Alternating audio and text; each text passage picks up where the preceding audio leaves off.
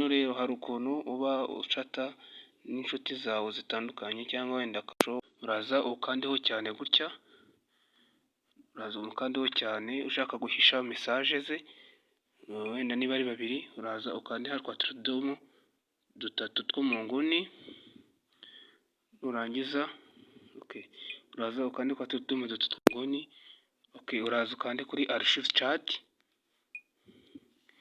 gutya mesaje uraba uyihishe, uraza wongeyemo wenda n'undi, wenda niba ufitemo babiri, uraza ugakanda kuri mesaje cyane kuri wa muntu, warangiza ugakanda hano kuri archive chat. Urabona yuko mbere yuko archive chat ashobora kuza akavuga ati ibyo ari byo byose hano hahishemo izindi mesaje, yaje agakanda hano gutya kuri archive, araza agahita abona za mesaje ahantu ziri, noneho urabona wajya uza ukajya ucatira nabo hano muri iki cyumba, ukaza ugacata nabo muri iki cyumba, hano wasubira inyuma hano ukaba wasacinga ba bantu hano ukababura. Dore ubu buryo bwo kugira ngo, ubu ni uburyo bwo guhisha mesaje. Noneho iyo ushaka ko kano kantu ko archived katagaragara, uraza ukajya kwa tudomo dutatu two mu nguni, warangiza ukaza ugakanda kuri setting, warangiza ukamanuka gatoya ukaza ugashaka ahitwa chats. Iyo uzi kuri chat uraza ugakanda hano kuri keep chat archived, warangiza ugasubira inyuma.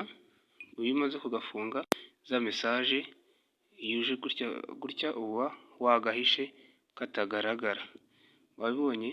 Noneho iyo uje ukagaruka hano, iyo ushaka kongera kugaruka kujya kuzireba za mesaje, uraza ukagaruka hano hahandi kuri chat, ugasubirayo ukongera ukaba wagafungura. Iyo ugarutse nanone hano inyuma naho uraza ukabona archived chat iragaragara. None ushaka ko ba bantu bakora kuri bwa bwihisho ukongera ukabagarura hahandi hagaragara kuri home, uraza ukabakandaho gutya, warangiza ugakanda kuri twa tudomo dutatu two mu nguni, cyangwa se wenda ugakanda hano kuri hano hejuru. Iyo umaze kubikora gutya bahita bagaruka hantu, urabona ko bagarutse kuri home. Ubu buryo bugufashije kudukora subscribe.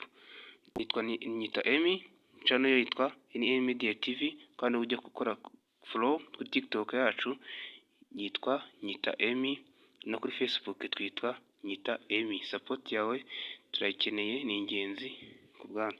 Ndabakunda, Imana amahoro ikomeze kubana namwe, Imana ibishimire. Ndabakunda.